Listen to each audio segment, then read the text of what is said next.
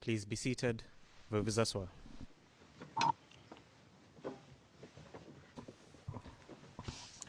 Good morning, Mr. Witness. Bonjour, Monsieur le Président. The witness, good morning, Your Honor. Good morning to everybody here in the courtroom. I give immediately the floor to the Office of the Prosecutor for the continuation of his questioning. Use the floor. Merci, Monsieur le Président. Mr. Garcia, thank you, Your Honor.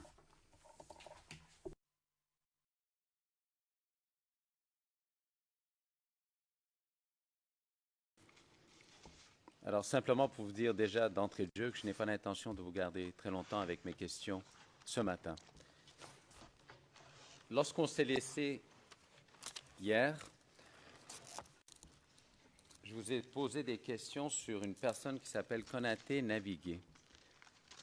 Il avait été question à savoir s'il avait bénéficié d'un garde du corps de la garde républicaine et vous nous avez également expliqué comment fonctionnait la procédure pour justement avoir un garde du corps de la garde républicaine. Alors, j'aimerais continuer sur ce sujet pendant quelques instants. Est-ce que le nom de caporal Dogo Djoué Étienne vous dit quelque chose?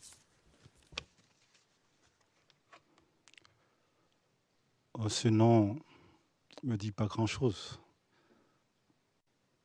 Parce que je ne crois pas que ce soit un élément qui était à Treichville avec moi. Parce que, comme je l'ai dit tantôt,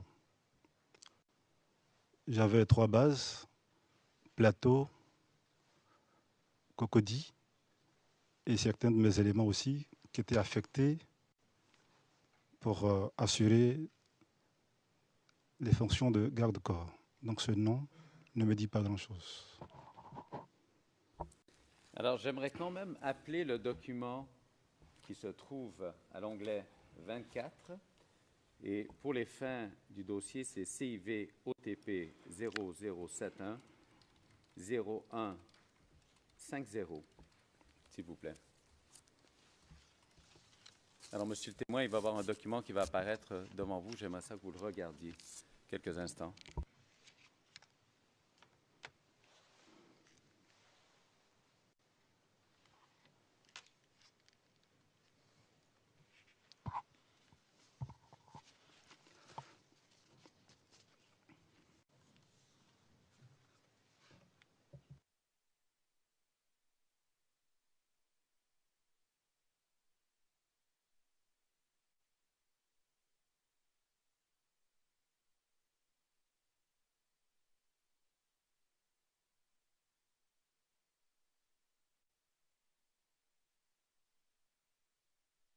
Vous avez eu le temps de le regarder? Alors, hier, lorsque vous avez témoigné, vous avez affirmé, c'est la page 107, ligne 13 à 16, que lorsqu'un élément est détaché en tant que garde du corps, il y a une note de service qui est faite et signée de la main du général. C'est ce que vous avez dit hier. Et en regardant ce document, est-ce que, dans un premier temps, si vous regardez en bas à droite, on voit qu'il y a un sceau qui dit garde républicaine, état-major. Est-ce que c'est bien le sceau qui était utilisé à l'époque par la garde républicaine, par l'état-major?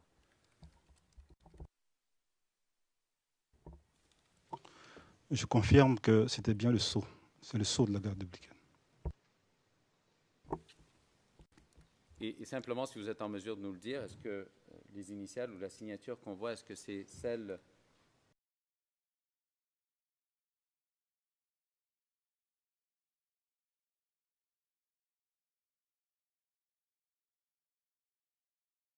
Affirmatif, c'est sa signature. Et lorsqu'on regarde le document, ça dit ordre de mission. Est-ce que c'est justement ce genre de document dont vous parliez hier, qui était une note justement de service, si l'on veut, qui fait en sorte d'attitrer un garde du corps de la garde républicaine pour quelqu'un? Non, ce n'est pas le même document. Le premier document dont je parlais, c'est-à-dire la note de service, c'est un document qui affecte de façon officielle un élément auprès d'une autorité. Ce second document, c'est un ordre de mission qui est donc délivré par le général de Boblé pour accompagner M. Konaté Navigué. Donc c'est son garde-corps, je crois, qui devrait l'accompagner donc pour officialiser cette mission. Il y a un ordre de mission donc qui a été signé de la main du chef de corps.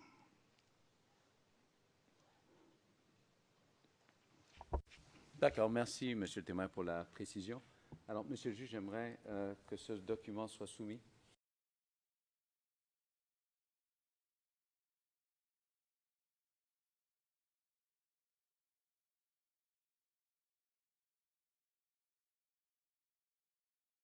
J'aimerais There is savoir. no, excuse me, Le président, excusez-moi, ce n'est pas la peine de le demander. Cela fait maintenant partie du dossier. Monsieur le témoin, est-ce que le nom de Wachard Kejebo vous dit quelque chose? Affirmatif. Pourriez-vous nous dire, nous expliquer qui est cette personne? Wacha Kedjibo fait partie aussi des leaders d'opinion dont je dis hier, je parlais hier. Donc, tout comme Konaté Navigué, Awas Talon et M. Blégoudé ici présent. C'était un peu ces leaders d'opinion. Alors, simplement pour les fins du dossier, je ne sais pas si on a réussi à appeler le nom ou ce nom apparaît sur la liste qu'on a transmise, mais c'est Wachard, W-A-T-C-H-A-R-D, Kejebo, K-A-K-E-D-G-E-B-O.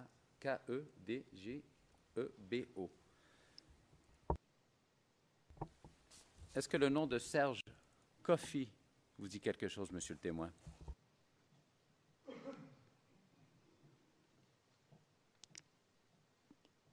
Oh, ce nom, oui, semble me dire quelque chose, Serge Kofi.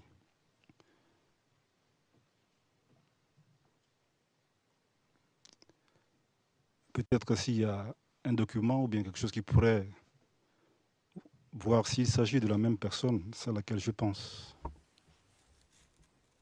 Pourriez-vous nous dire à quelle personne vous pensez lorsque je vous dis le nom Serge Kofi? Je crois qu'il était le président, je crois, de la FESI. Je crois si mes souvenirs sont exacts.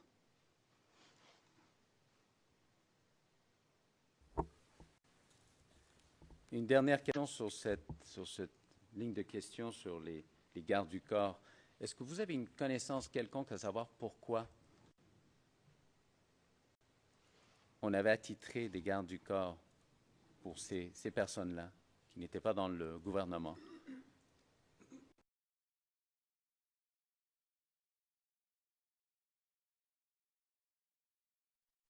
À cette époque, à ce moment-là. C'est la même chose. Alors, I would say so. Le président, oui, il a raison. C'est absolument la même chose. Ce qu'il pense, ce n'est pas un fait. Monsieur Garcia, écoutez, je veux juste lui demander de la part de son expérience de commandant à l'époque. Je voudrais qu'il nous explique s'il savait quoi que ce soit à ce sujet, et ensuite, s'il trouvait que c'était normal ou anormal au vu des circonstances. Il peut quand même tirer une conclusion de la part de ses expériences, puisqu'il est un homme expérimenté. Ça lui permet de dire ça lui permet non pas de donner une opinion, mais de nous donner ce qu'il pense d'après son expérience. Ce sont des questions parfaitement autorisées, et si jamais il ne sait rien, il nous le dira, le président Maître Ndri. Je crois que c'était vous qui vouliez prendre la parole. Que la traduction puisse finir pour prendre la parole. Monsieur le Président, le fait est très simple. Le document qu'on a montré d'abord aux témoins n'émane pas de lui. Ce n'est pas lui qui a fait la demande. Voilà. Si c'était un document qui provenait donc de son groupement, alors là seulement, il pouvait vous donner les explications. Mais pour un document qui provient d'un autre responsable de l'armée, c'est lui qui peut dire pourquoi est-ce qu'il a fait cette demande. Le fait de présenter cela maintenant à une autre personne qui n'en était pas l'auteur, franchement, je ne sais pas quelle autre chose. Donc le procureur le dit bien. Passez donc de ce que vous en pensez, c'est bien vraiment de la spéculation. Donc je ne sais pas comment est-ce que... en fait, nous faisons objection par rapport à cela. Maître Altit. Merci, Monsieur le Président. Oui, bien évidemment, sur le « qu'en pensez-vous », je m'associe complètement à ce que vient de dire M. Dry, d'autant que nous sommes dans un interrogatoire par la partie appelante et qu'il faut éviter absolument, dans ces conditions, ce type de questions. Mais mon intervention est un peu différente. Je souhaiterais, je voudrais, je suggère que lorsque le procureur explique le pourquoi de sa question et essaie de défendre son bien fondé, il le fasse sans que le témoin puisse entendre, en demandant d'enlever ses écouteurs, parce que là, si vous voulez, le témoin a été conduit à comprendre exactement ce dont il était question, et c'est un petit peu embêtant, surtout dans le cadre d'un interrogatoire par la partie appelante.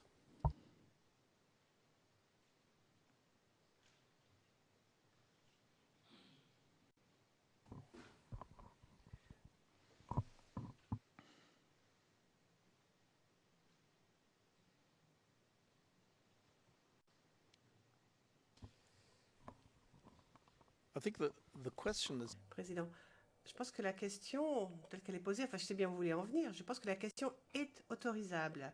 Mais la question c'est de savoir comment vous allez poser celle-ci. Si vous dites, est-ce que c'est le cours normal des choses de demander ceci ou cela, ça, ce serait correct. Puisque c'est un expert, il est très expérimenté dans les rangs de l'armée, donc il est au courant, il le sait. Mais vous ne devez pas lui demander son opinion. Vous devez formuler la question de façon à obtenir des faits, et certainement pas son opinion. Et puis, souvenez-vous de ce que dit Maître Altit. Il n'y a pas toujours besoin d'expliquer ou de justifier la question, après tout. On comprend. Hein, on comprend parfois ce qui est implicite, hein, pas besoin non plus de tout expliciter, des préambules. Posez la question directement. Monsieur Garcia, pour vous expliquer par rapport à la question de Monsieur Altit, il n'y a pas de fond dans ma question. Je voulais juste vous dire pourquoi je pensais que ce témoin était en mesure de répondre à la question, c'est tout. Le président, très bien, allez-y, posez votre question, mais posez-la de façon à obtenir des faits. Regardez ce document, vous voyez qu'il y a une inscription qui dit chef d'escadron Coucougnon. Qu'est-ce qu'on peut en tirer du fait que son nom apparaît dessus? Ce qu'on peut en tirer, c'est que c'est une demande d'armes et de munitions faite par le chef d'escadron auprès du chef de corps, du général Dogboblé, et donc qui a donc acquiescé à cette demande, et donc il a fait le bon pour qu'on puisse les lui fournir.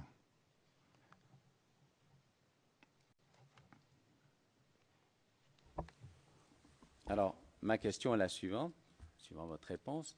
À l'époque, selon votre connaissance, votre expérience, est-ce qu'il était normal pour quelqu'un d'autre, en dehors de la garde républicaine, de faire une demande pour des munitions auprès du général Dogboblé-Bruno?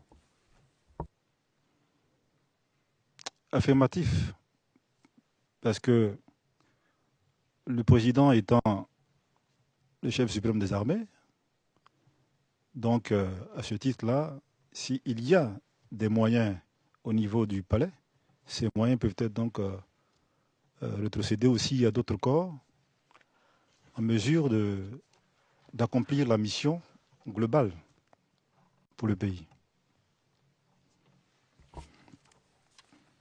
Merci, monsieur le témoin. Alors, nous allons changer de sujet encore une fois, une dernière fois. Et plutôt, on va plutôt continuer dans le même sujet, mais d'autres questions. Vous nous avez parlé du fait que les munitions dans le palais présidentiel étaient gardées dans un sous-sol, dans le sous-sol. C'est exact? C'est exact. Est-ce que vous êtes en mesure de nous dire ce qui est arrivé avec ces munitions qui étaient là après la crise post-électorale? Après la crise post-électorale, ces soutes ont été donc dépolluées. Toutes ces munitions donc ont été retirées des sous-sols de la présidence et mises à la disposition de l'état-major pour les stocker dans d'autres lieux beaucoup plus sûrs afin donc de sécuriser un peu le palais. Est-ce que vous vous rappelez de qui a justement procédé à cette dépollution des munitions? Bon, ça a été fait avec... Please. Président, ne caracolez pas ainsi. Cette dépollution a été réalisée par l'état-major du Côte d'Ivoire avec aussi l'expertise de l'ONUCI et des forces licornes.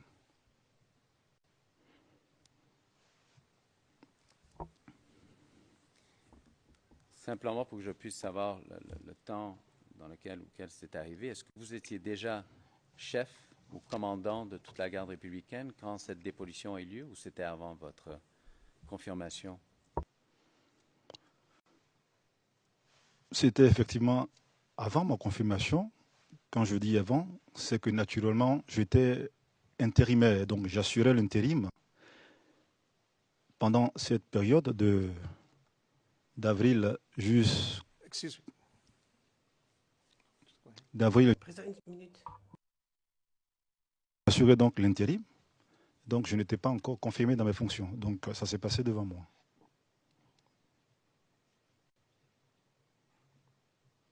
So how do you... Le président. Alors, comment savez-vous?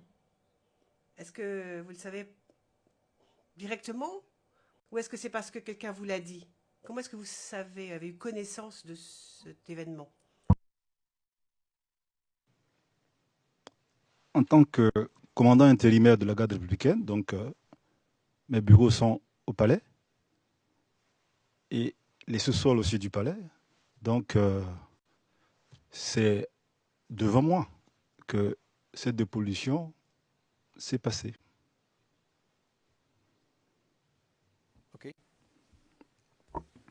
Très bien.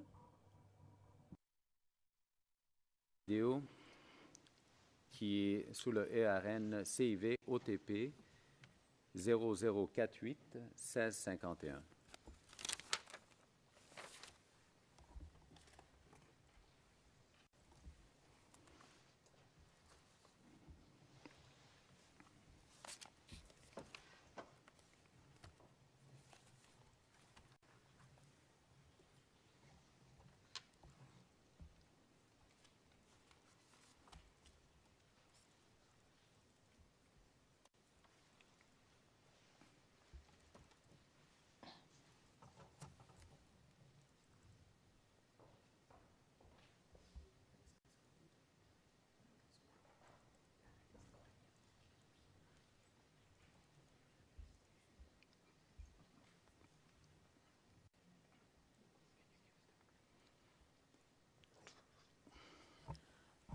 Excuse me, before you play. La greffière d'audience, avant que nous montrions la vidéo, pouvez-vous nous dire si elle est publique ou non?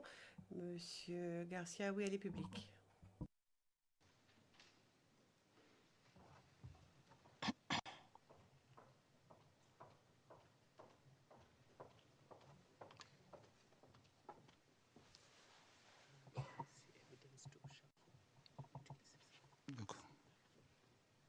It's on evidence 1 or 2? Le président, nous le voyons sur Evidence 1 ou Evidence 2?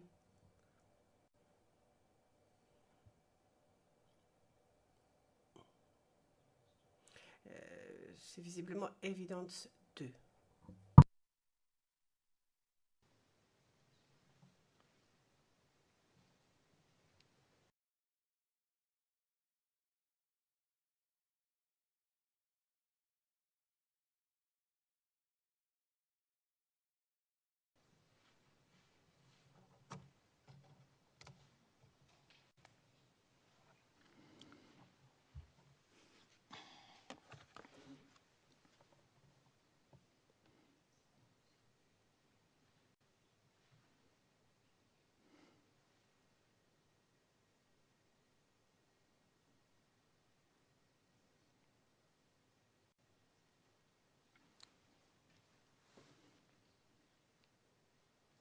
Si on pourrait jouer la vidéo.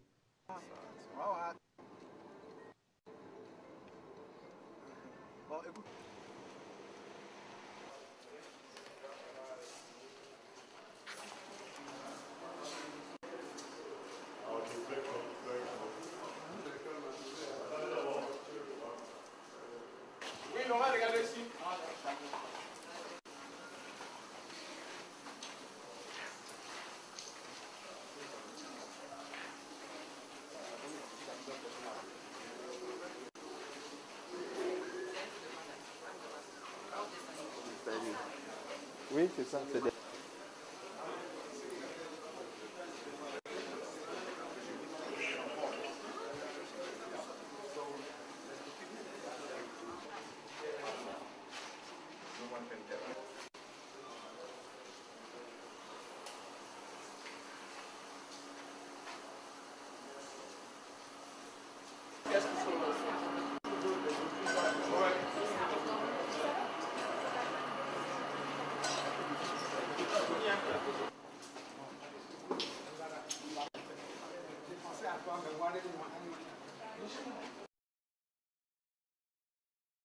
Est-ce que vous pouvez nous dire ce qu'on voit sur cette vidéo?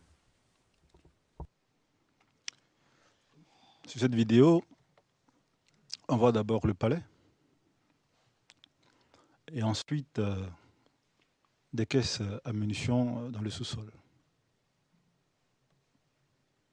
Donc, si je comprends bien, c'est le sous-sol dont vous nous parliez avant dans votre témoignage. C'est exact.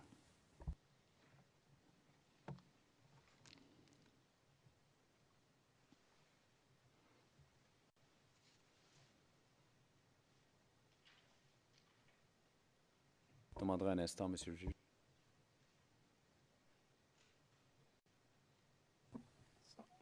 So I would have a question. Le président. Alors moi j'ai une question. Nous avons vu des boîtes, des caisses. Est-ce que vous avez vu ce qui se trouvait à l'intérieur de ces caisses? Non.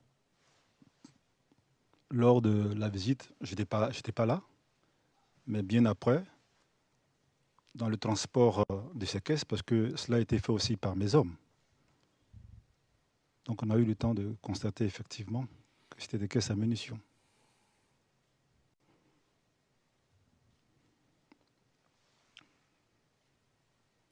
By ammunition? Lorsque vous dites munitions, vous entendez des munitions, pas des armes. Des armes ou des munitions? Des munitions. Okay, thank you. Bien, merci. Monsieur le procureur?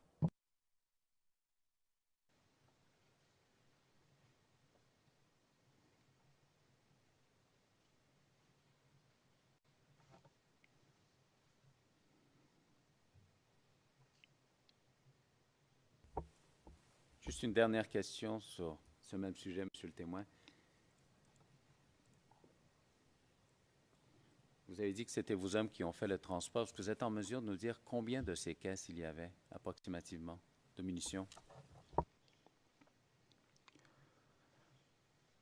Ils l'ont fait sous le couvert, je dis donc, de l'état-major, l'ONUCI et la licorne. Mais je n'étais pas là pour voir un peu vraiment la quantité qui a été transportée, donc je ne peux pas donner un chiffre.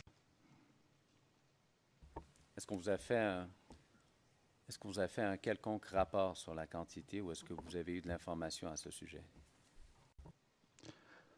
C'était piloté par l'état-major général. Donc je n'ai pas pu avoir un rapport à l'issue, non.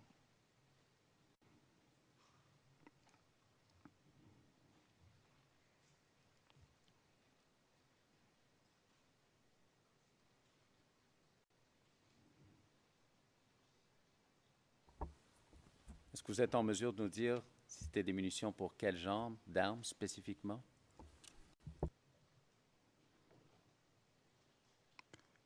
Pour les armes individuelles, les armes semi-collectives, type RPG, et puis aussi des obus de mortier.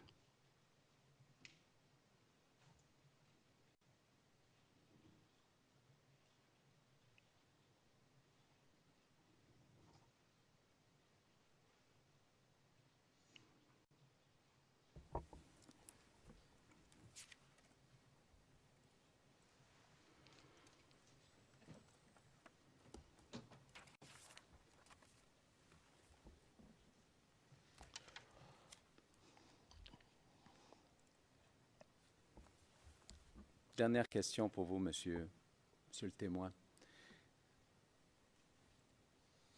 Est-ce que suite à la fin de la crise post-électorale, vous vous êtes adressé à la population de Trècheville? Affirmatif. Je me suis adressé à la population de Trècheville, mais avant cela, j'ai visité tous les guides religieux de la commune d'Abidjan, de toutes les communautés, pour leur présenter, leur demander leur pardon pour tout ce qui a pu être fait par les éléments de la garde républicaine et pareillement aussi pour la population de Trècheville lors des meetings. J'étais allé voir le maire de la commune de Trècheville et qui m'a donc proposé de faire cette intervention ce jour de meeting. Alors, cette action obéissait à quoi? Cette action obéissait au fait que pendant effectivement la crise, beaucoup d'impairs ont été commis par certains de mes éléments. Quand je dis impairs, c'est quand on prenait les jeunes, qu'on les envoyait à Trècheville, que certains étaient molestés, tout et tout, et je faisais arrêter tout ça. Aussi, un ressortissant du moins du Niger qui avait été pris par un de nos éléments aussi et qui avait été envoyé au plateau. Et donc, j'avais été aussi saisi et j'ai tout de suite demandé au commandant Kipré, qui gérait cette affaire, de libérer le monsieur. Il m'a dit oui. Et après, lorsque je suis revenu encore vers lui, il m'a dit que ce n'était pas mes oignons et qu'il n'avait plus à me répondre sur ce dossier. Donc, voyez-vous, avec tous ces faits, je me suis dit qu'il fallait que nous soyons en phase avec cette population. Et donc, je l'ai fait au nom de l'institution dont j'avais la charge, pour simplement demander aux populations de pardonner tout ce qui a été fait et de regarder vers le futur et d'aller vers la réconciliation. Voilà ce qui a guidé un peu mon action. Merci, monsieur le témoin. Je n'ai plus de questions pour vous, monsieur le juge.